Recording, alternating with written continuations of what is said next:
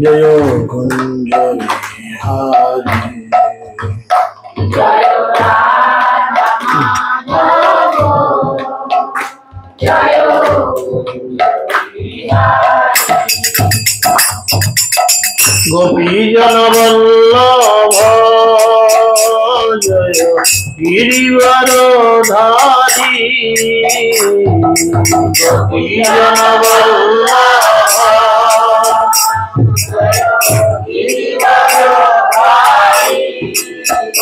जय गोपी जन वल्लभ जय गिरिवरधारी जय गोपी जन वल्लभ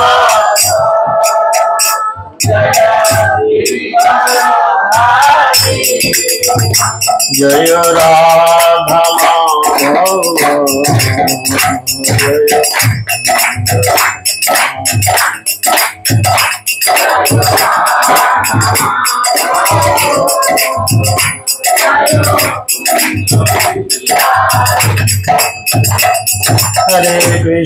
हरे कृष्ण कृष्ण कृष्ण हरे हरे हरे राम राम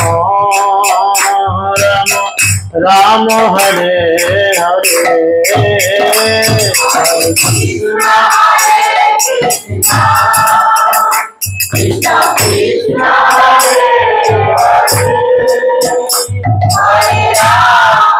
हरे राम राम हरे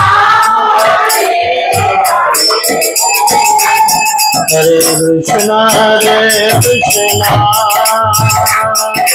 कृष्ण हरे हरे हरे राम हरे कृष्ण हरे कृष्ण कृष्ण हरे हरे राम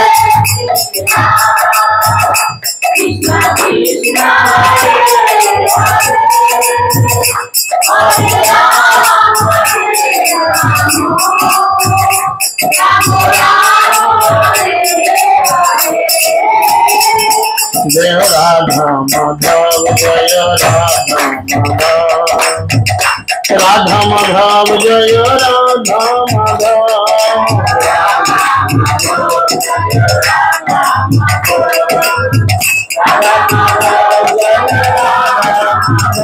जय गौरनिताय पंचतत्व जय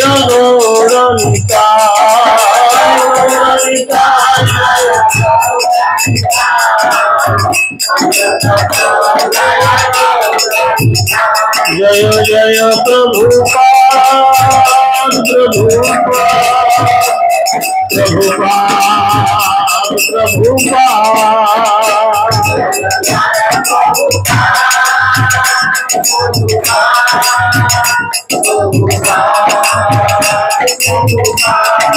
जय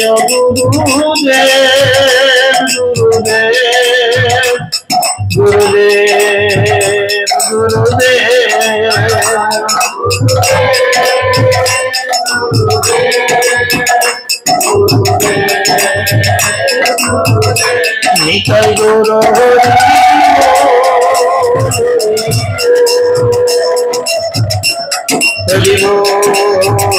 हरि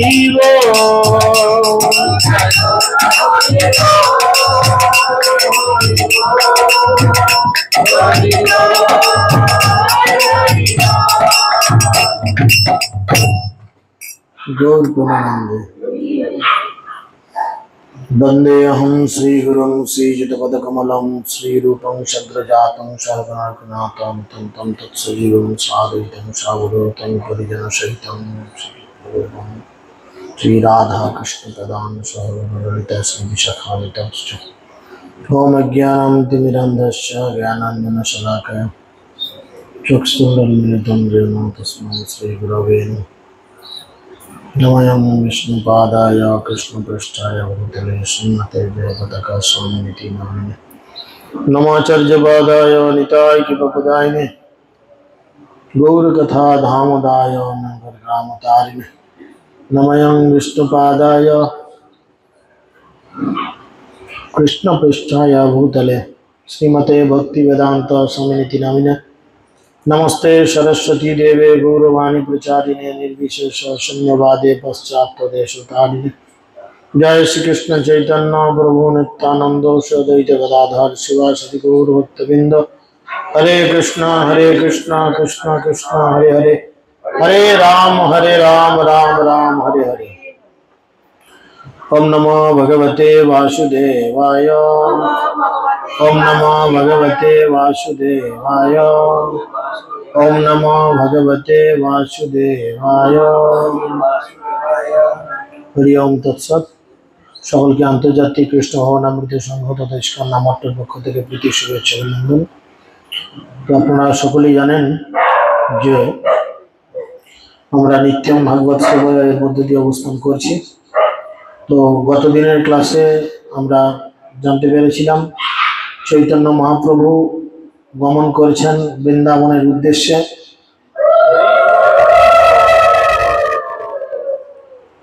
তো তিনি বৃন্দাবনের উদ্দেশ্যে গমন করেছেন, আর সেই পথে যেতে যেতে প্রথমে অধুনা যেটা বেনারস বা কাশী পরে সেখানে তিনি তপন মিশ্রের গৃহে অবস্থান করলেন এবং সেখান থেকে বিভিন্ন ভক্তদের কৃপা করে তিনি প্রয়াগ দর্শন করলেন এবং প্রয়াগে তিনি যমুনা দর্শন করে খুব প্রেমাবিষ্ট হলেন এবং ধীরে ধীরে তিনি মথুরার উদ্দেশ্যে গমন করলেন। এখন তিনি অলরেডি মথুরায় এসে পৌঁছাচ্ছেন। তো যদিও এই প্রবচনটা কালকে হওয়ার কথা ছিল আমাদের কালাসোনার পাশে, কিন্তু প্রকৃতি ডিস্টার্ব হওয়ার জন্য প্রবচনটা আজকে হচ্ছে। মহাপ্রভু বৃন্দাবন দর্শন করছিলেন, তো সেই জন্য সকলে আমার পরে বলুন বৃন্দাবন ধাম কি, শ্রীল প্রভুপাদ কি, পতিত পাবন গুরুদেব কি, নিতাই গৌর প্রেমানন্দ। মথুরা নিকটে আইলা মথুরা দেখিয়া দণ্ডবত হইয়া পরে প্রেমাবিষ্ট হইয়া। তিনি যখন এসে মথুরায় পৌঁছালেন এবং মথুরাকে দর্শন করার সাথে সাথে তিনি সঙ্গে সঙ্গে দণ্ডবত প্রণাম করলেন। এটা অবশ্যই ভক্তদের করা উচিত। বাড়িতে কুকুর পুষছেন নাকি?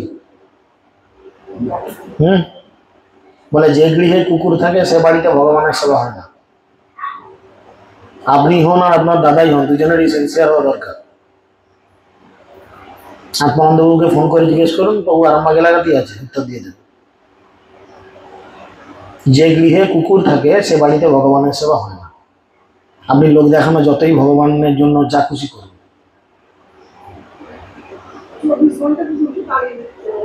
সে রাখবেন না। কারণ কুকুর পোষার নেশা আমারও আগে ছিল, আমার থেকে আপনাদের বেশি থাকি, ঠিক আছে?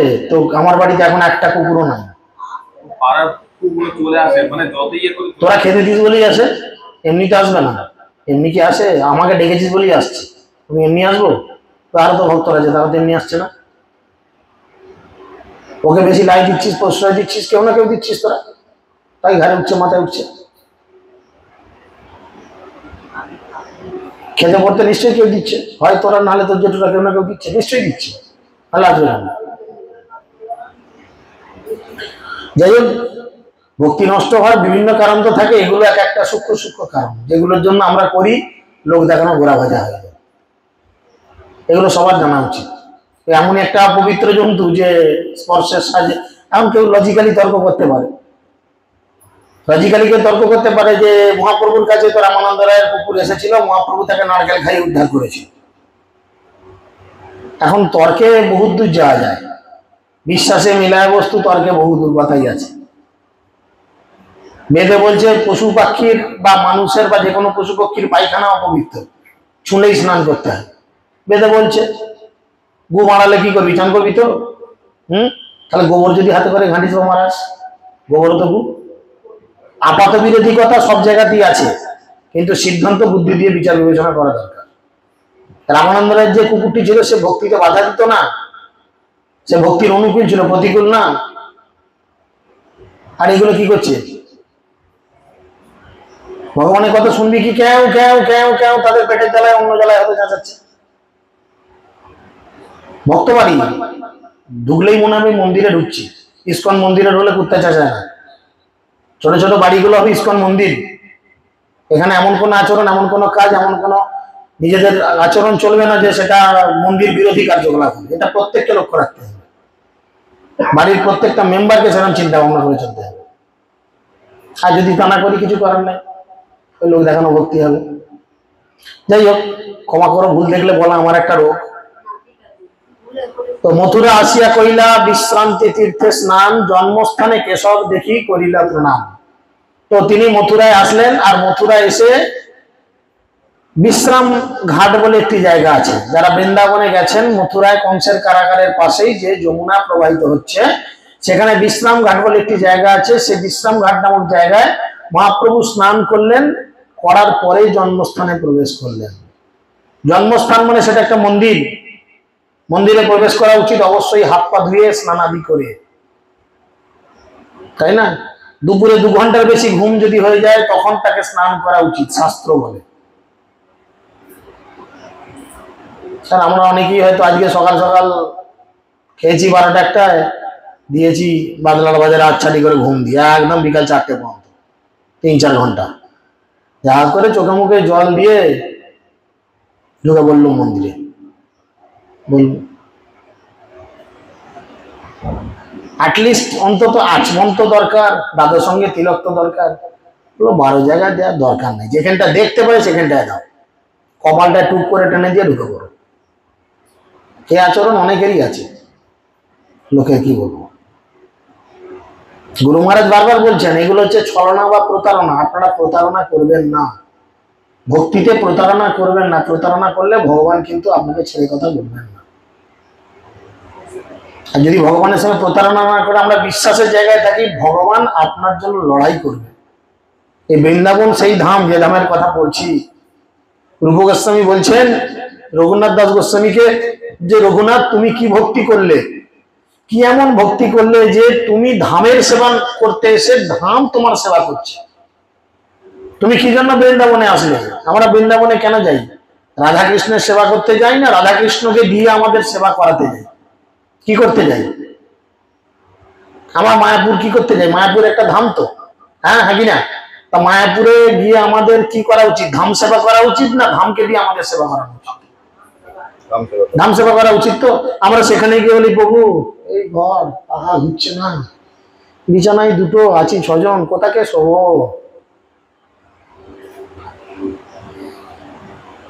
আরম্ভ করে দিই ধামকে দিয়ে আমাদের সেবা করাতে, হতে আরম্ভ করলো ধাম অপরাধ। তারপর তো মালের দাম 2 টাকার জায়গায় যদি 10 টাকা হয়, এখন আরম্ভ করবো ফাঁকে এই মালটা 20 টাকা, তুমি এখানে বলছো 200 টাকা। এ তো বাঙালির রোগ আছে, দরাদরি করা না করে তারা মৃত্যু পর্যন্ত হয় না দরাদরি করে যমরাজের সঙ্গে। এগুলো সূক্ষ্ম সূক্ষ্ম অপরাধ, যেগুলো 64 সেবা অপরাধ রয়েছে। ভক্তি রসামৃত সৌন্দর্যের রূপ গোস্বামী খুব সুন্দর করে ব্যাখ্যা করেছেন। এগুলো তার এক একটা পার্ট, এগুলো বিস্তারিত ভাবে বিভিন্ন ভাবে তিনি আলোচনা করেছেন। তার লঘু ভবনামৃত যে গ্রন্থ পার্ট 1 পার্ট 2 রয়েছে, তাতে বর্ণনা করা রয়েছে। এই অপরাধগুলোকে বিশ্লেষণ করে বলা আছে। আমরা ভক্তি রসামৃত সিন্ধু গ্রন্থে কেবলমাত্র পয়েন্ট করে পাই 32 সেবা অপরাধ, 32 বর্জনীয় অপরাধ, এইভাবে 64 সেবা অপরাধ পাই। কিন্তু সেই 64টা অপরাধের প্রত্যেকটাকে বিশ্লেষণ করে রয়েছে লঘু ভবনামৃত গ্রন্থের 1-2। সেটা গ্রন্থ অধ্যয়ন করে দেখুন, সেখানে বুঝতে পারবেন কি কি অপরাধ করার জন্য আমাদের ভক্তি নষ্ট হয়। এগুলো আমাদের খুব কনসাসলি জানা দরকার, বোঝা দরকার, খুব ভালোভাবে যাওয়া দরকার সেই জায়গায়। এ দাদু রয়েছে দেখ অন্ধকারে, আলোর অভাব নেই কিন্তু ঘরে, ওইখানে একটা আলো ওদের আছে, তোদের আছে তো? জ্বালিনি আমরা, কেন কারেন্টের বিল পড়বে। আজকে আমি বলছি তাই জেলে দাও তো কেন? এটা মানসিকতা থাকা দরকার। এই মানসিকতাগুলো আমাদের থাকা অবশ্যই দরকার। আমরা দীক্ষিত ভক্ত, আমরা যা আচরণ করবো জুনিয়ররা তাই দেখে শিখবে। আমি ভগবানের কাছে লাইট দিয়েছি, ভক্তর কাছে অরাল করেছি। ভগবান নিজে বলছে আমার পূজে আমার ভক্ত পূজে মাত্র, সে দাম্ভিক নয় মোর কৃপার পাত্র। দেখুন এইগুলো বলা মানে হয়তো ভাববেন প্রভু খ্যাচ খ্যাচ করছে, খ্যাচ খ্যাচটা আমার জন্য করছি। বাবা বুঝলে ভালো, তোমার নিজের জন্য, না বুঝলে আরো ভালো। এই অপরাধের ফলে আমরা জন্ম জন্মান্তর ধরে বারবার এরকম অপরাধের জায়গায় পড়ি। জীবনে দুঃখ কষ্ট লাঞ্ছনা কষ্ট ঝামেলা বারবার জোটে, তবু আমরা নিজেদের সংশোধন করার প্রচেষ্টা করি না। এর একটাই কারণ অপরাধ। দুঃখের কারণ কি? অপরাধ, পূর্বজন্মের অর্জিত অপরাধ বা এই জীবনের জমানো অপরাধ। যাই হোক, তিনি মন্দিরে ঢুকেছেন, জন্মস্থানে কেশবকে দেখলেন, অর্থাৎ ভগবানকে দেখলেন, এবং দেখে তিনি প্রণাম নিবেদন করলেন। প্রণাম নিবেদন করে প্রেমানন্দে নাচে গায় সঘন হুঙ্কার, প্রভুর প্রেমাবেশ দেখি লোকে চমৎকার। আর মহাপ্রভুর এক বড় আচরণ ছিল যে তিনি হরিনাম যেখানেই করতেন একদম লোক নাচিয়ে দিতেন, আমাদের রসায় বাবুর মতো। যেখানে লোকজন গাদাগাদি করে নাচছে, খুঁজে দেখো সেখানে রসায় বাবু আছে। ও ছাড়া এত কেউ নাচাতে পারে না বাবু, কারো কিছু মনে করার কিছু না, হ্যাঁ কি না? যেখানেই ছেলেপুলেরা গদাম গদাম করে দেখছে লাফাতে, খোঁজো রসায় বাবু ওখানে আছে। সেরকম মহাপ্রভু যেখানেই ঘুরছে লোকজনকে নিয়ে দমে নৃত্য করছে। এক বিপ্র পরে প্রভুর চরণ ধরিয়া, প্রভু সঙ্গে নৃত্য করে প্রেমাবিষ্ট হইয়া। এক ব্রাহ্মণ তখন প্রভুর এই নৃত্য গীত দেখে তিনি তখন প্রভুর চরণে পড়লেন এবং প্রভুর সঙ্গে নৃত্য করতে লাগলেন। দুহে প্রেম নৃত্য করি করে কোলাকুলি, হরি কৃষ্ণ কহে দুয়ে বলে বাহু তুলি। তারা দুজনেই তখন ভগবত প্রেমে আবিষ্ট হয়ে নৃত্য করতে করতে কোলাকুলি করলেন এবং দুইজনে দুহাত তুলে হরিনাম কীর্তন করতে লাগলেন। লোক হরি হরি বলে কোলাহল হইল, কেশব সেবক প্রভুকে মালা পরাইল। সব লোকে যখন হরিধ্বনি প্রেমধ্বনি করতে লাগলেন, তখন কি হলো না, কেশবের সেবক সেই মন্দিরে কংসের কারাগারে, জন্মস্থান যেখানে মথুরায়, এখন তো সেখানে টাইট সিকিউরিটি, একদম কোমরে বেল্ট পর্যন্ত পরে ঢুকতে দিবে না, মোবাইল তো দুরন্ত প্রাণ, একদম মেয়েরা চেক আপ করবে, ছেলেদের ছেলেরা একদম পায়ের নখ থেকে মাথার চুল পর্যন্ত সার্চিং হবে, তবে ওখানে ঢুকতে দেবে। মহাপ্রভুর বেলা এরকম কঠিন সার্চিং ছিল না, তিনি কীর্তন করতে করতে পৌঁছে গেছেন। আর সেই কেশবের সেবক মহাপ্রভুর এত সুন্দর নৃত্য কীর্তন এবং লোকের হরিধ্বনি শুনে তিনি কি করলেন, ভগবানের প্রসাদী মালা নিয়ে এসে মহাপ্রভুর গলায় পরিয়ে দিলেন। লোকে কহে প্রভু দেখি হইয়া বিস্ময়, হইছে হেন প্রেম লৌকিক কভু নয়। যে দেখছে সেই বলছে, আরে ভগবানের প্রতি এত প্রেম এত ভালোবাসা, এটা কোনোদিন লৌকিক হতে পারে না, এটা লোক দেখানো হতে পারে না। তিনি যে আবেগে নৃত্য করছেন, এটা কখনো লোক দেখানো হতে পারে না। যাহার দর্শনে লোক প্রেমে মত্ত হইয়া, হাসে কান্দে নাচে গায় কৃষ্ণ নাম লইয়া। সর্বদা নিশ্চিত ইহা কৃষ্ণ অবতার, মথুরা আইলা লোকের করিতে নিস্তার। তখন লোকজন বলল, যাকে দর্শন করা মাত্র মানুষের মধ্যে কি হচ্ছে, প্রেম আসছে, কৃষ্ণ প্রেম জাগছে, কেউ হাসছে, কেউ কাঁদছে, কেউ নাচছে, কেউ গান গাইছে কৃষ্ণ নাম করতে করতে। তোমরা নিশ্চিত জেনে রাখো, এই কোনো সাধারণ মানুষ নয়, ইনি হচ্ছেন ভগবানের অবতার। তারা জানে না যিনি অবতার নন, ইনি হচ্ছেন অবতারের সার, ইনি হচ্ছেন স্বয়ং কৃষ্ণ। তারা সেটা বুঝতে পারেনি তখন। তাহলে কৃষ্ণেরই অবতার কেন এসেছেন না, মথুরাতে এসেছেন এই মথুরাবাসীকে উদ্ধার করার জন্য। কৃষ্ণ যে কাজটা করে যেতে পারেনি, তার আনকমপ্লিট কাজ কমপ্লিট করার জন্য মনে হয় কৃষ্ণ এই লোকটাকে পাঠিয়েছে। তবে মহাপ্রভুর সেই ব্রাহ্মণ লইয়া, তাহারে পুছিলা কিছু নিবৃতে বসিয়া। আর্য সরল তুমি বৃদ্ধ ব্রাহ্মণ, কাহা হইতে পাইলে তুমি এই প্রেম ধন। তারপর চৈতন্য মহাপ্রভু একটু রগড় করার জন্য সেই ব্রাহ্মণটাকে একদিকে সাইডে নিয়ে গিয়ে, আড়ালে নিয়ে গিয়ে তাকে বসে বসে জিজ্ঞেস করলো, আচ্ছা তুমি তো বেশ ভালোই ভক্তি করছো দেখছি, তুমি কোথা থেকে এই প্রেম ভক্তি পেলে, কোথা থেকে লাভ করলে? তখন সেই বিপ্র ব্রাহ্মণ বলছেন, বিপ্র কহে শ্রীপাদ মাধবেন্দ্র পুরী, ভ্রমিতে ভ্রমিতে আইলা মথুরা নগরী। কৃপা করি তেহা মোরে নিলয়ে নিলয়ে আইলা, মোরে শিষ্য করি মোর হাতে ভিক্ষা করিলা। যখন মাধবেন্দ্র পুরী বৃন্দাবনে এসেছিলেন, কেন গেছিলেন বৃন্দাবনে? গোবর্ধনধারী গোপালকে উদ্ধার করার জন্য। ভগবানকে ভক্ত উদ্ধার করতে যাচ্ছে। এতদিন ভগবান ভক্তের উদ্ধার করেছে, এখন ভক্ত ভগবানকে উদ্ধার করতে যাচ্ছে। যখন তিনি গেছিলেন তখন কি হয়েছে, তখন তিনি যখন ফেরার পথে মথুরাতে এসেছিলেন আর এসে আমাকে কৃপা করেছিলেন, আমাকে শিষ্যত্বে তিনি বরণ করেছিলেন। গোপাল প্রকট করি সেবা করিল মহাশয়, অদ্যপিহ তার সেবা গোবর্ধনে হয়। আজও শুধু মহাপ্রভুর সময় না, এখনো কিন্তু গোবর্ধনে গোবর্ধনধারী গোপালের পূজা আজও হয়। যেই গোপালকে মাধবেন্দ্রপুরী মাটির নিচে থেকে তুলেছিলেন, যেই গোপালকে কৃষ্ণের নাতি বজ্রনাথ স্থাপিত করেছিলেন, বুঝা গেল, সেই গোপাল তাকে স্বপ্ন দর্শন দিয়েছিলেন। অনেক কেস বলে সেই গোপালের পুজো আজও গোবর্ধনে হয়। শুনি প্রভু কইল তার চরণ বন্দন, ভয় পাইয়া প্রভু পায় পরিলা ব্রাহ্মণ। প্রভু কহে তুমি গুরু আমি শিষ্য প্রায়, গুরু হইয়া শিষ্যে নমস্কার না জুড়ায়। এখন মহাপ্রভু শুনেই তার পা দুটো ধরে প্রণাম করতে আরম্ভ করেছে। কেন বলেন, কেন প্রণাম করলো?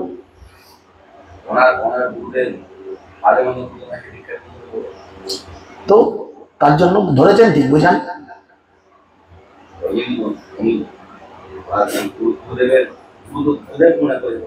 গুরুদেব মনে করে ব্যাপারটা যেমন তেমন।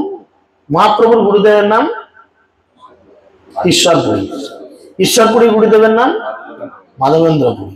তাহলে তুমি হচ্ছ আমার গুরুদেবের যে গুরুদেব তার শিষ্য, তার মানে আমার গুরুদেবের সমসাময়িক ছিল প্রভুপাদের শিষ্য আর জয়পতাকা মহারাজ, দুজন তো সেম ক্যাটাগরি।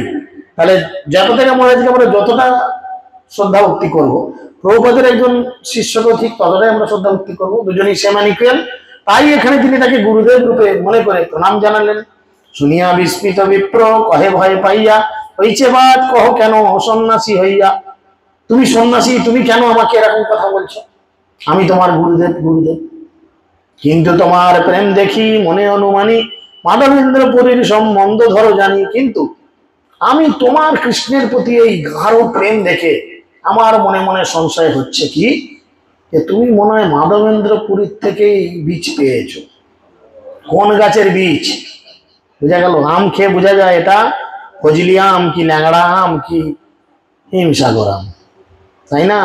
আবার আম খেয়ে বলে দেয় অনেকে, অনেকে আম খেয়ে বলে দেয় মালদার আম না বাঁকুড়ার আম না বিষ্ণুপুরের আম, তাই না? মিষ্টি খেয়ে বলে দেন অনেকে কোথাকার মিষ্টি। ঠিক সেরকম তোমার কৃষ্ণ প্রেমে দেখে বুঝতে পারছি এটা তুমি মাধবেন্দ্রপুরীরই সন্দেহ আছে। কৃষ্ণ প্রেমা তাহা যাহা তাহার সম্বন্ধ, তাহা বিনা এই প্রেমার নাহি কো গন্ধ। যেখানে মাধবেন্দ্রপুরীর সঙ্গে সম্পর্ক রয়েছে সেখানেই কেবল এই প্রকার কৃষ্ণ প্রেম সম্ভব, তা না হলে এই প্রকার দিব্য প্রেমের লেশ মাত্র লাভ করা সম্ভব নয়। তবে ভট্টাচার্য তারে সম্বন্ধ কহিল, শুনি আনন্দিত বিপ্র নাচিতে লাগিল। তবে বিপ্র প্রভুরে লইয়া আইল নিজ ঘরে, আপন ইচ্ছায় প্রভু নানা সেবা করে। তখন তারা কি করলেন, মহাপ্রভুকে নিয়ে তাদের বাড়িতে আসলেন। ভিক্ষা লাগি ভট্টাচার্য করিলা নন্দন, তবে মহাপ্রভু হাসি বলিলা বচন, পুরী গোসাই তোমার ঘরে করিয়াছেন ভিক্ষা, মোরে তুমি ভিক্ষা দেহ এই মোর শিক্ষা। হাসতে হাসতে মহাপ্রভু বললেন, আমার কি বড় কপাল, তোমার বাড়িতে মাধবেন্দ্রপুরী প্রসাদ পেয়ে গেছে, কৃপা করে গেছে, আর সেই বাড়িতে আমি আজকে আসতে পেরেছি। তুমি দয়া করে আমাকে রন্ধন করে কিছু প্রসাদ দাও। কেন আচরণ করলেন? আর শ্রেষ্ঠ ব্যক্তি যেরকম আচরণ করেন সাধারণ মানুষেরা সেইভাবে তার অনুগমন করেন। যে কথাটা কিছুক্ষণ আগে বললাম, সিনিয়র ভক্তরা যেটা করবে জুনিয়ররা তাই তো শিখবে, হ্যাঁ কি না? এমনি গালাগালি খাচ্ছেন না বিকালবেলা? যতই করি আপনার বলার নেই, যদি বলি চামড়া হয়ে গেছে মোটা, কি করবেন? চেহারার সঙ্গে চামড়া মোটা হয়ে গেছে। এগুলো সিস্টেম, এগুলো শিষ্টাচার। হতে পারে হয়তো আমি আপনার পছন্দের লোক নয়, হতে পারে মেবি। ফোন রেখে দেওয়ার পর আপনি খিস্তি মারুন না, আমাকে অসুবিধা কিছু তো নাই। কিন্তু আমি সিস্টেমটা কেন পালন করব না? আপনার দিকে আপনার ছেলে মেয়ে শিখছে, আপনার ছেলে বৌমা শিখেছে, ঠিক সেম জিনিস হয়েছে। কিন্তু আকাশ আর এর মধ্যে কিন্তু সেম আচরণ। আপনার বাড়িতে এসে আমি আজকে ঝেড়ে যাচ্ছি শুধু এটাই কারণ, এদের দুজনের মধ্যে কিন্তু সেম আচরণ, ভদ্রতা। কিন্তু আকাশ কিন্তু খুব ভালো ছেলে, কিন্তু ওর মধ্যে এই শিষ্টাচারগুলো নেই। ওর দেখা দেখি আপনার বৌমা বাইরের মেয়ের সাথে শিখে গেছে, শ্বশুর করছে তখন আমাদের অসুবিধা। এর ফলে কি হচ্ছে বলুন তো? এক মালা হলেও তো জপ করি, একবার হলেও তো মুখে হরিনাম করি আমরা, এর ফলে বৈষ্ণব চরণে অপরাধ জন্মাচ্ছে। আর মহাপ্রভুর শিক্ষানুযায়ী যদি বৈষ্ণব অপরাধ হতে হাতি মাথা উপরিয়ে বা ছিঁড়ে যায়, শুকিয়ে যায় তার পাতা। তাতে মালি যত্ন করি করে আবরণ, তবু লতার না হয় উদ্গম। এরকম তো অনেক লোকই আছে। আমার তো মাঝে মধ্যে আপনার দাদাকে যারা যারা তুলে কাঁচারা মেরে দিই, বুড়োকে ঝামেলা করে শুধু দেখে দেখে। কিন্তু যেহেতু আমার থেকে বয়সে বড়, উনি আমাদের কোষাধ্যক্ষ, বলতে হয় বহু কি হিসেব আছে বলুন। এইগুলো শিষ্টাচার। মহাপ্রভু এই কথা বলছেন যে আমরা শিষ্টাচারকে মেনটেন করব। আমরা সিনিয়ররা যদি মেনটেন করি তবে জুনিয়ররা শিখবে, নাহলে জুনিয়ররা কিচ্ছু শিখবে না। বুঝতে পেরেছেন? এগুলো কিন্তু নিজেদের প্রতি সপ্তাহে ঘাল লাগেন, কিন্তু প্রতি সপ্তাহে অ্যাকশন হয় না। যাই হোক, ক্ষমা করবেন আমায়, বলে ফেলছি, মাথাটা একটু গরম আছে। সেই ব্রাহ্মণটি ছিলেন সানরিয়া বর্ণের এক ব্রাহ্মণ, এবং সানরিয়া ব্রাহ্মণদের ঘরে সাধারণত সন্ন্যাসীরা ভোজন করেন। মানে কিছু কিছু জাতের ব্রাহ্মণ আছে, এই যেমন কোথায় গেল আপনার সেই অ্যাসিস্ট্যান্ট, বইতে অনেকের গায়ে ঝোলে, তারাও নাকি পুজো করে। সব ব্রাহ্মণ কি পুজো করতে পারে নাকি? সব অনেকের গায়ে ঝরে না বইতে, সবাই কি পূজা করার জন্য যোগ্যতা লাভ করতে পারে?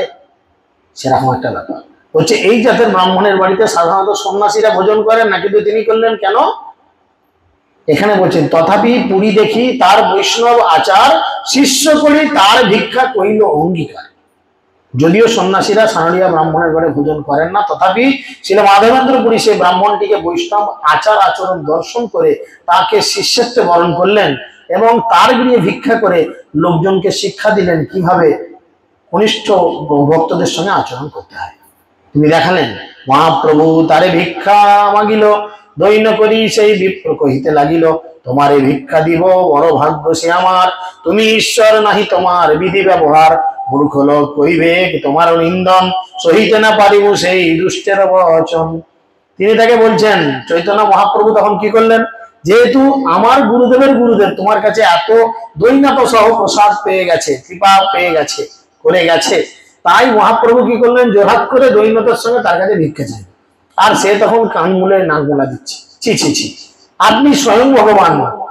মহাপ্রভু ভগবান সে বুঝতে পেরেছে, কারণ মহাপ্রভুর সঙ্গে যে দুজন আছে তারা তো বলছে, আরে তুমি কাকে কি বলছো, জানো কাকে কি ইশারা করছো? সেই কৃষ্ণ আজ গৌর হয়েছে, সে আজকে এসেছে তার ধাম দর্শন করতে, তার বৃন্দাবন কেমন আছে দেখতে। সে এখন বুঝেছে যে আপনি স্বয়ং ভগবান, আমি আপনাকে কি করে ভিক্ষা দিই, আপনি যেটা করবেন সেটাই তো নিয়ম, এমন আমি নতুন কি নিয়ম শিখবো? কিন্তু মূর্খ লোকেরা তাহলে আপনার নিন্দা করবে আমি যদি আপনার এই আচরণকে গ্রহণ না করি, তাই আমি আপনার নিন্দা সহ্য করতে পারবো না। প্রভু কহে, শ্রুতি স্মৃতি যত ঋষিগণ, সবে এক মত নাহে ভিন্ন ভিন্ন ধর্ম, ধর্ম স্থাপন হেতু সাধুর ব্যবহার, পুরী গোসাইয়ের যে আচরণ সেই ধর্ম সার। তিনি বলছেন যে পুরী গোসাই যেভাবে আচরণ করেছেন সেইভাবে আচরণ করাই হচ্ছে আমাদের সারা তিসা, আমরা সেইভাবে আচরণ করব।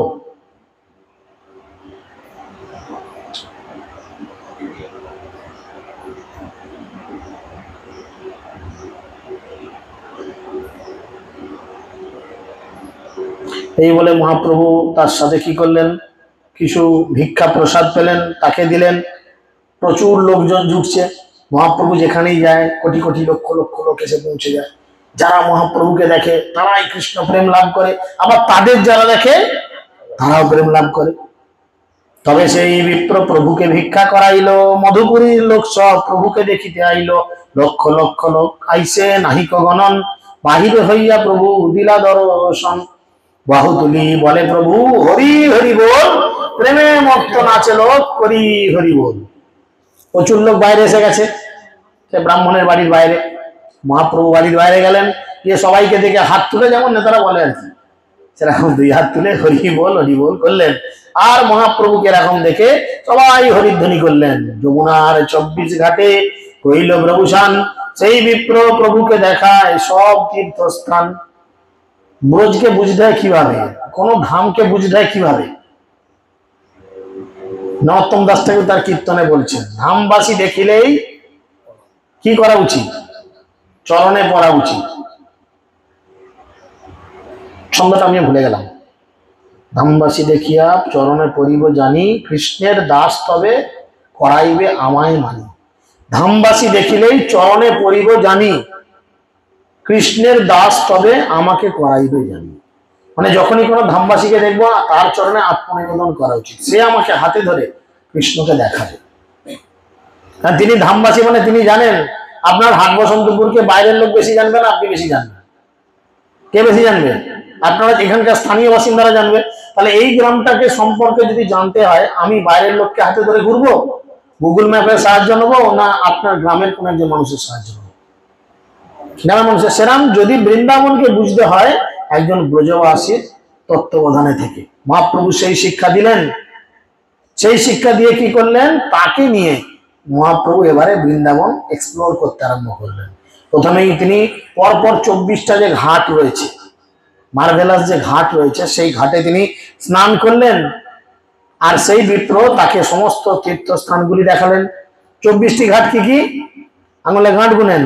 অভিমুক্ত, অধীরূঢ়, গুহ্য তীর্থ, প্রয়াগ তীর্থ, কনকল তীর্থ, তিন্দুক, সূর্য তীর্থ, বটস্বামী, ধ্রুবঘাট, ঋষি তীর্থ, মক্ষ তীর্থ, বোধ তীর্থ, গোকর্ণ, কৃষ্ণগঙ্গা, বৈকুণ্ঠ, অশিকুণ্ড, চতুর সামুদ্রিক কূপ, অক্রূর তীর্থ, যজ্ঞিক বিপ্রস্থান, কুব্জাকূপ, রঙ্গস্থল, মঞ্চস্থল, মল্লযুদ্ধ স্থান, দশাশ্বমেধ। 24টি। এই 24টি ঘাট টোটাল রয়েছে বৃন্দাবন। ঠিক আছে। স্বয়ং বিশ্রাম দীর্ঘ বিষ্ণুভূতেশ্বর, মহাবিদ্যা গোকর্ণাদি দেখিলা বিস্তর, মন দেখাইবারে যদি প্রভুর হইল মন, মন হইল সেই তো ব্রাহ্মণে প্রভু সঙ্গে লইল। বৃন্দাবনে কটি বন আছে? কটি বন? 5টি। আহা, যাক বাঁচা গেছে। বন দেখতে বেরিয়েছেন বৃন্দাবনে, মোট হচ্ছে 12টি বন, বুঝেছেন? যে মধুবন, তাল, কুমুদ, বেহুলা বন গেলা, তাহা তাহা স্নান করি প্রেমাবিষ্টা হইলা। মহাপ্রভু মধুবন, তালবন, কুমুদ বন, বহুলা বন প্রমুখ বৃন্দাবনের বিভিন্ন বনে গেলেন এবং সেই সেই স্থানে স্নান করে প্রেমাবিষ্টি হইলেন। যমুনার পূর্ব তটে বন রয়েছে ভদ্রবন, বিল্লবন, লৌহবন, ভান্ডিরবন, মহাবন, 5টি। যমুনার পশ্চিম দিকে রয়েছে 7টি। মধুবন, তালবন, কুমুদবন, বহুলাবন, কাম্যবন, খাদিরবন, বৃন্দাবন। বুঝা গেল? পূর্ব পশ্চিমে এরকম অবস্থা। পথে গাভী ঘটা চরে প্রভুরে দেখিয়া, প্রভুকে বেড়ায় আসি হুঙ্কার করিয়া। পথে গোচরণরত গাভীরা তাকে দেখে এবং তাকে বেষ্টন করে উচ্চস্বরে হাম্বা হাম্বা করে ডাকে। যার জন্য আমাদের যখন এই তীর্থে নিয়ে যায়, গাভী ঘাটা মাঠে যখন আমরা যাই, তখন আমাদের ধরুন 300-400 ভক্ত থাকে তো, আর প্রভু আমাদের সবাইকে কি বলতে বলে হাম্বা করে। খুব জমে ভালো। গরুগুলো হাম্বা হাম্বা করছে, বাছুরা হাম্বা করছে, আমরা ভক্তরা গিয়ে হাম্বা হাম্বা করছি। যে বৃন্দাবনে যত জীবনে গো থাকবে তত আপনি গোলকের কাছাকাছি যেতে পারবেন। তাহলে গরুর মতো ডাক করুন, তাহলেই হবে। গাভী দেখি স্তব্ধ প্রভু প্রেমের তরঙ্গে, বাৎসল্যে গাভু প্রভুর চাটে সব অঙ্গে। মহাপ্রভু 2 হাত তুলে দাঁড়িয়ে গেল, কৃষ্ণ কৃষ্ণ করছে, আর সব গরুগুলো এসে বাছুরের যেমন গা চাটে মহাপ্রভুর গা চাটতে আরম্ভ করে দিয়েছে। চিন্তা করেন, সুস্থ হইয়া প্রভু করে অঙ্গ কুণ্ডয়ন, প্রভু সঙ্গে চলে নাহি ছাড়ে ধেনুগণ। গরুগুলো বুঝে গেছে, আরে এ আমার সেই কৃষ্ণ ফিরে এসেছে। কৃষ্ণর গা চাটতো আর কৃষ্ণর সঙ্গেই তারা যেত আসতো। মহাপ্রভুর গা চেটে দিয়েছে, মহাপ্রভুর শরীর একদম ফিট, বুঝেছেন? শরীর পুরো ফিট। গা গতরে যন্ত্রণা অমৃতাঞ্জন দিয়ে যেমন আমরা মালিশ করি, সে গরুর জীবের মধ্যে এক ধরনের লালা থাকে যেগুলো শরীরের মধ্যে লাগলে বাছুরের শরীর বা গরুদের মানুষের শরীর ফিট হয়ে যায়। মহাপ্রভু পুরো ফিট, হাঁটার যন্ত্রণা নাই। এবারে কি হয়, মহাপ্রভু কীর্তন করে করে আগে আগে চলে ধেনুগণ মানে গরুরা, আর কেউ পিছু ছাড়ে না, সবাই মহাপ্রভুর সঙ্গে যাচ্ছে। এক ঝামেলা বেঁধে গেল, তার সঙ্গে চলে। কষ্টে সৃষ্টে ধেনু সব রাখিল গোয়াল, প্রভু কণ্ঠ ধ্বনি শুনি আইসে মৃগীপাল। যা গরুগুলোকে বুঝিয়ে সুঝিয়ে গোয়ালে ঢোকালো। এবারে মহাপ্রভু কীর্তন করতে করতে যাচ্ছে, এসে জুটলো কারা? হরিণ। হরিণের দল এসে মহাপ্রভুর কাছে এলো। মৃগমৃগী মুখ দেখি প্রভু অঙ্গ চাটে, ভয় নাহি করে সঙ্গে যায় বাটে বাটে। বলে হরিণ আর হরিণী দুজনে আসলো, এসে মহাপ্রভুর অঙ্গ তারাও চাটতে আরম্ভ করলো। অঙ্গ চাটা মানে এটা একটা শ্রদ্ধা, ভালোবাসা।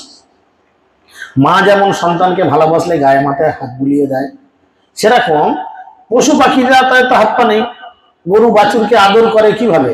জিভ দিয়ে চেটে, তার শরীর চাটে। বাচ্চা হওয়ার পরে যা হোক করে বাচ্চাকে তার কাছে দিয়ে দিলে গাভী কি করে পরিষ্কার করে? জিভ দিয়ে চেটে। তাকে ফিট করে, শরীরকে চাঙ্গা করে, তাই না? ঠিক সেরকম মহাপ্রভুকে তারা এইভাবে করছেন।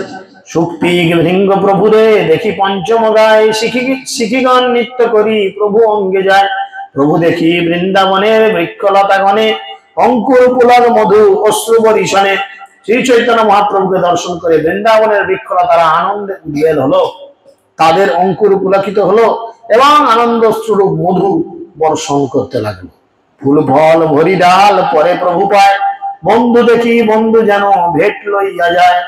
যে গাছে ফুল ফল হওয়ার কথা নয়, এখন মহাপ্রভু যে পথ দিয়ে যাচ্ছে বলছে সেই গাছগুলো ফুল আর ফলে ভর্তি হচ্ছে, এত ফুল ফল হচ্ছে যে মহাপ্রভু যাচ্ছে পায়ের সামনে ফুল বা ফল পড়ছে, যেন মনে হচ্ছে এক বন্ধু আর এক বন্ধুকে ভেট দিচ্ছে, গিফট দিচ্ছে।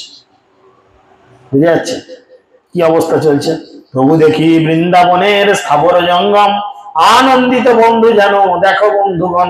মহাপ্রভুকে দেখে সমস্ত এরা ভাবলো কি, যেন বন্ধু আর এক বন্ধুকে অনেকদিন পর দেখলো। সত্যিই তো, কত বছর পর দেখলো? প্রায় 5000 বছর পর। কৃষ্ণ চলে গেল, তার 5000 বছর পর মহাপ্রভু আসলেন। তারপরে তিনি বৃন্দাবনে গেলেন আরো 40-50 বছরের মাথায়, 40 বছরের মাথায়, 36-40-এর মাথায়, তাই না? তিনি হচ্ছেন স্বয়ং কৃষ্ণ। বৃন্দাবন এতদিন কৃষ্ণ হারা ছিল, 550 বছর, 5500 বছর পর আবার সেই কৃষ্ণকে বৃন্দাবন পেয়েছে। তাই যেন বন্ধু অনেকদিন পর বন্ধুর সঙ্গে দেখা হলে যেমন আনন্দ হয়, তেমন আনন্দ হয়। তা সবার প্রীতি দেখি প্রভু ভাবাবেশে, সবাসনে ক্রীড়া করে হইয়া তার বসে। সবাইকে এই আনন্দিত লক্ষ্য করে মহাপ্রভু ভাবাবেশে বশীভূত হয়ে সবার সঙ্গে যেন খেলা করতে লাগলেন। প্রতিবৃক্ষ লতা প্রভু করেন আলিঙ্গন, পুষ্পাদি ধ্যান করেন কৃষ্ণে সমর্পণ। প্রতিটা গাছপালা লতা পাতাকে মহাপ্রভু আলিঙ্গন করছে আর সবাইকে কৃষ্ণ প্রেম দিয়ে যাচ্ছে, যার জন্য এর নাম মহাবদন্ন অবতার। মহাপ্রভুর প্রণাম মন্ত্রে কি বলা হয়? নমো মহাবদন্নায়। মহাবদন্ন মানে কি? যিনি সেই সব থেকে দুর্লভ প্রেম দান করতে পারেন। বদন্ন অবতার, যেটা আর কেউ দিতে পারে না, সেটা মহাপ্রভুই পারে। কৃষ্ণ প্রেম দিতে পারে না। ভুল ভ্রান্তি দেখলে কৃষ্ণ লাঠি ঠেঙা নিয়ে মারে, সুদর্শন চক্র ধরে তার মাথা কেটে উড়িয়ে যায়, তাই না? কৃষ্ণ কত কি করেছে, মেরেছে, ধরেছে, থেতে করেছে, কত কি করেছে। কিন্তু এই সেই অবতার যে প্রাণে কারো না মারিলা, হৃদয় শোধন করিলা মাত্র, শুধু ভেতরটাকে শোধন করে দিল। কত মাতাল, কত চরিত্রহীন, কত ফালতু, কত বগাটে, কত লোফার, কত চুয়ারে লোক সোজা হয়ে গেল। হলো কিনা? কি জন্য? মহাপ্রভুর এই কৃপায় সব সিধা হয়ে গেল, বাঁকা টেরা সব সিধা। তাই জন্য মহাপ্রভুকে দর্শন করে বলে বৃন্দাবনের লতা পাতা তারাও কহে কৃষ্ণ কথা। দুলে দুলে গোরা চাঁদ হরি গুণ গায়, কীর্তন আছে না? দুলে দুলে গোরা চাঁদ হরি গুণ গায়। মহাপ্রভু যখন সেই কীর্তন করছেন, দুলতে দুলতে হরিনাম করতে করতে যাচ্ছেন, বৃন্দাবনের লতা পাতা পশু পক্ষী সবাই মহাপ্রভুর সঙ্গে হরিনাম করছে। এর আগের দিনে ক্লাসে আমরা শুনেছি প্রাগেলিতে, সেখানে শুনলাম কি, তিনি যখন জঙ্গলের মধ্যে দিয়ে যাচ্ছেন, ঝাড়খণ্ডের জঙ্গলের মধ্যে দিয়ে, বলে বাঘ আর হরিণ মুখে মুখে চুম খাচ্ছে। আগের দিনে ক্লাসটি ইউটিউবে দেখবেন, মুখে মুখে চুম খাচ্ছে। বাঘ হরিণকে চুম খাচ্ছে মানে কি, এবারে আন করে কামড়ে দেবে। হরিণের মাংস হেভি টেস্ট বাঘের কাছে, হ্যাঁ? বাঘ হরিণ চুম খাচ্ছে, কেননা কীর্তনের এত প্রেম। এই কীর্তনের সাহায্যে হৃদয়ের সমস্ত কলুষতা, হিংস্রতা নষ্ট হয়ে যায়। তাই তারা একে অপরকে করছেন অশ্রুকম্প পুলক প্রেমে, শরীর অস্থিরে কৃষ্ণ বলো কৃষ্ণ বলো বলে উচ্চ ঈশ্বরে। মহাপ্রভুর শরীর তখন অষ্টসাত্ত্বিক ভাবে কম্প, অশ্রু পুলক দেখা দিচ্ছে, আর তিনি চিৎকার করে করে বলছেন সবাইকে কি, কৃষ্ণ বলো কৃষ্ণ বলো কৃষ্ণ বলো। স্থাবর জঙ্গম মিলি করে কৃষ্ণ ধ্বনি, প্রভুর গম্ভীর স্বর যেন প্রতিধ্বনি। নিজের গলা ধরি প্রভু করেন রোদনে, নিজের পুলক অঙ্গে অশ্রু নয়নে।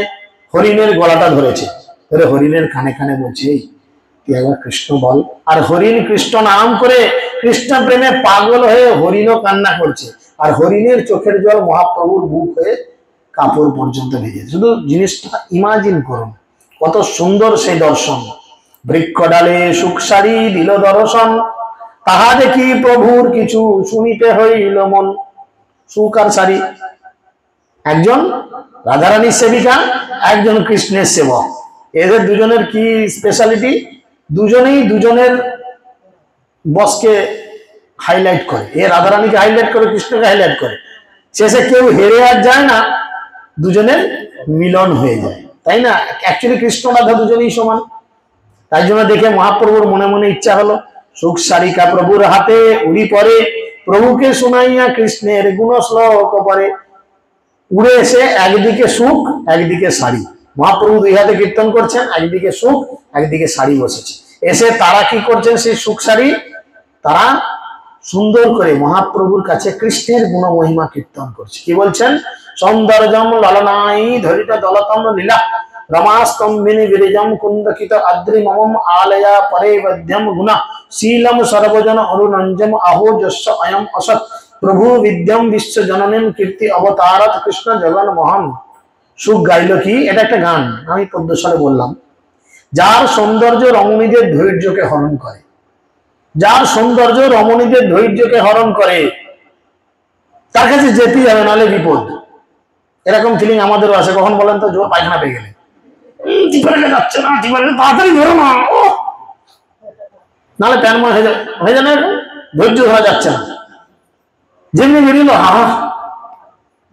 এই ফিলিংটা ঠিক সেরকম। কৃষ্ণ কি করে? রমণীদের ধৈর্যকে হরণ করে নেয়। রমণীরা বাড়িতে থাকতে পারে না, তাকে দেখতেই হবে, নাহলে পাগল হয়ে যাবে। আর কি করে? যার লীলা লক্ষ্মী দেবীকেও স্তম্ভিত করে। লক্ষ্মী পর্যন্ত গালে হাত দিয়ে স্ট্রেঞ্জ, আরে এটা আমার সেই লোকটা, হ্যাঁ, এত কিছু করে। যার গিরিজ গোবর্ধন গিরিকে কন্দুক তুল্য খেলার সামগ্রী করে তোলে। ছোট ছেলেরা যেমন ছোট ছোট সোলার বলগুলো তোলে, সোলার বল বাচ্চারা তোলে না, হাতে করে খেলে, তাদের কোনো কষ্ট হয়? বলে যার বীর্য, বীর্য মনে হচ্ছে ক্ষমতা, যার ক্ষমতা গিরি গোবর্ধনকে কন্দুকের মতো তুলে ফেললো। অমনি রাগ করবে, কোনো চাপ নেই, টুক করে ধরে চালিয়ে দেবে। যার অমল গুণ সমূহ অন্তহীন, যার শিল ধর্ম সকলকে আনন্দ বিধান করে। আর কি হয়? সেই আমার প্রভু বিশ্বজনীন কীর্তি জগন্মোহন শ্রীকৃষ্ণ বিশ্বকে পালন করুন। এটা গীত গোবিন্দর লীলামৃতে 13-29 পাওয়া যায়। সুখমুখে শুনি তবে কৃষ্ণের বর্ণন, সারিকা পরে তবে রাধিকা বর্ণন। কৃষ্ণ দিতেই এবারে এর মন টন করছে। হ্যাঁ, তোমার যদি কৃষ্ণ বড় হয়, আমার রাধা কি দোষ করলো? দেখো এবার রাধার ক্যালি। হ্যাঁ, এবার শালিকা আরম্ভ করেছে। শ্রী রাধিকায়া প্রীতয়া সুরতপয়া সুবীতলা, নর্তন গান চতুরি গুণা নিঃসম্পদ কবিতা চ রাজতে জগন্মোহন চিত্তমোহিনী। তখন শাড়ি বলল, শ্রীমতী রাধারানীর প্রেম অসাধারণ, শ্রীমতী রাধারানীর প্রেম অসাধারণ, সৌন্দর্য, সুশীলতা, নিত্য গান, চাতুরী, কবিত্ব ইত্যাদি গুণরাজি জগন্মোহন কৃষ্ণেরও চিত্তে বিমোহিনী হয়ে শোভা পায়। কৃষ্ণের নাম মদন মোহন। বলে এক মদনকে দেখলে কয়েক লক্ষ নারী তার সঙ্গে সম্পর্ক করার ইচ্ছা জাগে। এত সুন্দর একটা পুরুষ, তাকে দেখলে মেয়েদের তার সঙ্গে সম্পর্ক করার ইচ্ছা জাগে একজন মদন দেবকে দেখলে। আর কৃষ্ণের সৌন্দর্য এত সুন্দর যে কন্দর্প কোটি কমনীয় বিশেষ অশোভং। কীর্তনে বলছে না, সকালবেলা আমরা বলি কিনা, কন্দর্প কোটি কমনীয় বিশেষ অশোভং গোবিন্দম আদি পুরুষম তমাহং ভজামি। কোটি কামদেব, এক কামদেবকে দেখলে 1 লক্ষ মেয়ে পাগল হয়ে যায়। আর 1 কোটি যদি কামদেব দাঁড়িয়ে থাকে, একজন কৃষ্ণকে দেখলে তারা সবাই পাগল হয়ে যায়। তাই কৃষ্ণের নাম মদন মোহন, মদন দেবকে মোহিত করে দেয়। তাহলে রাখতে তোর মদন মোহন, দাঁত খেজুরে লোক মদন মোহন। 1 কোটি কামদেব যাকে দেখে পাগল হয়ে যায়, তার নাম মদন মোহন। আর এই তোর মদন মোহন আমার রাধারানীকে দেখলে পাগল, দিল তো পাগল হয়, বাকি সব ছাগল হয় ভাবে। তখন কৃষ্ণ হয়ে যায় কি? তখন রাধারানী হয়ে যায় কি? মদন মোহন মোহিনী। যিনি মদন দেবকে শুধু নয়, যে মদন দেবকে মোহিত করে, এ আবার তাকেও মোহিত করে। আমার রাধারানীর রূপ, রাধারানীর সৌন্দর্যতা দেখে কৃষ্ণ পাগল হয়ে যায়। আরম্ভ করেছে পুনঃসু কহে কৃষ্ণ মদন মোহন, তবে আর শ্লোক শুনো করিল পঠন। তখন পুনরায় শ্রীকৃষ্ণ মদন মোহন এবং তার আরেকটি শ্লোক পাঠ করতে শুরু করলো। কি? বংশীধারী জগন্নারী চিত্তহারী শশরীকে বিহারী গোপনারিহি জিয়াত মদন মোহন। সুখ তখন বলল, হে সারিকে, সেই বংশীধারী শ্রীকৃষ্ণ সমগ্র জগতের রমণীদের চিত্ত হরণ করে, তিনি বিশেষভাবে গোপাঙ্গনাদের সৌন্দর্যকে আস্বাদন করে, সেই মদন মোহন জয়যুক্ত হোক। সুখ বলছে, তুমি জানো আমার কৃষ্ণ সমস্ত গোপীদের হৃদয়কে হরণ করে নেয়। কীর্তনে বলছে না? কোন কীর্তনে বলছে? লাগ তো লাড়ছেন, বলে কোন কীর্তনে বলছেন? চৌর অগ্রগণ্য পুরুষোষ্টকম, তাই না? সেখানে বলছে কি? ব্রজে প্রসিদ্ধং নবনীত চৌরং, বাকিটা গোপাঙ্গনানাং চদুকুল চৌরং অনেক জন্মার্জিত পাপ চৌরং, তাই না? অনেক জন্মের অর্জিত পাপ তিনি মুহূর্তের মধ্যে ফিনিশ করে দেবেন, শুধু তার একবার কৃপা হলে সব শেষ। তাই তিনি বলছেন যে গোপাঙ্গনাদের সৌন্দর্যকে তিনি আস্বাদন করেন, সেই মদন মোহন জয়যুক্ত। এ বলে আমি কেন হারবো? পুনঃসারি কহে সুখ করি পরিহাস, তাহা শুনি প্রভুর হইল বিস্ময় প্রেমোল্লাস। সুকার শাড়িকে পরিহাস করে যখন আবার কিছু বলতে লাগলো, মহাপ্রভু তখন খুব অবাক হয়ে দুজনের কথা শুনছে। বলছে, আমি তো সুখ শাড়ির ঝগড়া শুনেছি। সুখ বলে আমার কৃষ্ণ মদন মোহন, শাড়ি বলে আমার রাধা বামে যতক্ষণ, এই হালে তাই হালে হেন তেন কত কি শুনেছি, কিন্তু আজ আমি সাক্ষাৎ সেই নিজের কানে সুখ শাড়ির ঝগড়া শুনছি। এবার শাড়ি বলছে, রাধার সঙ্গে যদাভতি তদা মদন মোহন, অন্যথা বিশ্বমোহন অপি স্বয়ং মদন মোহিত। শাড়ি বলল, কৃষ্ণ যখন রাধার সঙ্গে শোভা পান তখন তিনি মদন মোহন, আর যখন রাধা না থাকে তখন বিশ্বমোহন হয়েও তিনি স্বয়ং মদন কর্তৃক মোহিত। রাধা পাশে না থাকলে কৃষ্ণর কোনো দাম নেই। কৃষ্ণ রাধার জন্য গাছতলাতে দিয়ে সিকিম ঝাড়ছে, লীলা আছে। এ শাসছেন কোথায়? দামোদর মাসে গাদা লীলা বলেছি, রাধা কৃষ্ণ এরকম। কৃষ্ণর সঙ্গে দেখা করবে বলে, এই সরি রাধা রানীর সঙ্গে দেখা করবে বলে কৃষ্ণ এসেছে, সাউরি বেরোতে দেয় না, লম্পট, ওর কাছে একদম যাওয়া যাবে না তোমার। রাধারানী ঘরে বসে আছে, কৃষ্ণ গিয়ে ঘরের বাইরে একটা বট গাছ আছে, বট গাছের গোড়ায় চুপ করে বসে আছে। কখন রাত হবে তবে যাব। যেমনি রাত হয়েছে, সাউরি ঘুমিয়ে গেছে, রাধা উপরে আছে, রাধাও বুঝতে পেরেছে কৃষ্ণ এসেছে, সাউরি মাঝে কি করে যাতায়াত করি। যেমনি কৃষ্ণ উঠতে যাচ্ছে, রাধা ঘর থেকে বেরোতে যাচ্ছে, দরজা ক্যাঁচ আওয়াজ হলো। শাশুড়ি উঠে বললো, কি হলো? না কিছু নয় মা, আবার ঢুকে গেল। কৃষ্ণ উঠে দেখছে রাধা বেরোচ্ছে, তাহলে বের আমি যাই। এবার কৃষ্ণ উঠে যেতে যাচ্ছে, রাস্তার কুকুর ঘেউ ঘেউ, দেখো তো রাধা মনে হয় কেউ উঁকি মুখি মারছে। আবার এখন সারা রাত কৃষ্ণই করে বসে আছে, এই রাধার সঙ্গে দেখা হবে, এই রাধার সঙ্গে দেখা হবে, দেখা আর হলো না। সারা রাত ওই শিশিরে বসেছে। বৃন্দাবনের দিনের বেলা যেমন গরম, রাতের দিকে তেমন ঠান্ডা, শীতকালে কোন কোন ঠান্ডা, প্রচুর ঠান্ডা। আর সারা রাত মাথায় শিশির পড়েছে কৃষ্ণর। সকালবেলা কৃষ্ণ হ্যাঁচছে হ্যাঁচছে এই করছে। আর জটিলা তো শাশুড়ির নাম নাকি? শাশুড়ি বেরিয়ে এসেছে, বেরিয়ে এসে বলছে, হ্যাঁ হ্যাঁ কৃষ্ণ কৃষ্ণ তোমার ঠান্ডা লেগেছে, একটু চলো গরম দুধ খাবে। তখন কৃষ্ণ মনে মনে ভাবছে যে আমি যাকে দেখার জন্য সারা রাত বাইরে বসে রইলাম, এত সারা রাত অপেক্ষা, হাঁচি কাশি নাক দিয়ে জল সিকিম ঝেড়ে হালা, সেই রাধাকে দেখানোর জন্য এখন জটিল আমার হাত ধরে ঘর ঢোকাচ্ছে, আর রাধাকে বলছে, রাধা কৃষ্ণকে একটু গরম দুধ খাওয়া, তো গরম দুধ খেলে হাঁচি কাশিটা কমে যাবে। বলেন কৃষ্ণের কত লীলা। সুখ উড়ি পুনি পুন গেল বৃক্ষ ডালে, ময়ূরের নিত্য প্রভু দেখে কুত হলে। সুখ আর শাড়ি তখন উড়ে গিয়ে পুনরায় গাছের ডালে বসলো। চৈতন্য মহাপ্রভু কৌতুক সহকারে ময়ূরের নৃত্য দেখতে লাগলেন। ময়ূরের কণ্ঠ দেখি প্রভুর কৃষ্ণ স্মৃতি হইল, প্রেমাবেশে মহাপ্রভু ভূমিতে পড়িল। ময়ূরের নীলাহ কণ্ঠ দর্শন করে চৈতন্য মহাপ্রভুর কৃষ্ণ স্মৃতি হলো এবং প্রেমাবেশে অচেতন হয়ে তিনি মাটিতে পড়ে গেলেন। প্রভুর মূর্ছিত দেখি সেই তো ব্রাহ্মণ, ভট্টাচার্য সঙ্গে করে প্রভুর সন্তর্পণ। আস্তে আস্তে মহাপ্রভুর লইয়া বহির্বাস, জল সেট করে অঙ্গে বস্ত্রের বাতাস। মুখে জলের ছিটা দিয়ে সেই উত্তরীটা দিয়ে মুখে হাওয়া করছে। মহাপ্রভু অজ্ঞান হয়ে গেছে। কৃষ্ণ কৃষ্ণ করতে করতে অজ্ঞান। প্রভু কর্ণে কৃষ্ণ নাম কহে উচ্চ করি, চেতনা পাইয়া প্রভু জান বেড়াগো। বুঝেছেন? মহাপ্রভুর জ্ঞান ফেরানোর একটাই রাস্তা, ওড্রে ওড্রে বললে উঠবে না। কানের কাছে যদি বলেন কৃষ্ণ কৃষ্ণ কৃষ্ণ, মহাপ্রভুর চোখ খুলে যাবে। আর যেমনি বলেছে চোখ খুলে তিনি আবার মাটিতে গড়াগড়ি করছেন। কণ্টক দুর্গম বনে অঙ্গ ক্ষত হইল, ভট্টাচার্য কোলে করি প্রভু সুস্থ করিল। চতুর্দিকে কাঁটা, মহাপ্রভু উল্টো পাল্টা করে কাচার কাচার করছে, শরীরে কাঁটা ফুকে যাচ্ছে, রক্তারক্তি হয়ে যাচ্ছে। তখন বল্লভ ভট্টাচার্য তাকে কোলে করে মহাপ্রভুকে তুলে নিয়ে এসে তাকে এক জায়গায় নিয়ে আসলেন।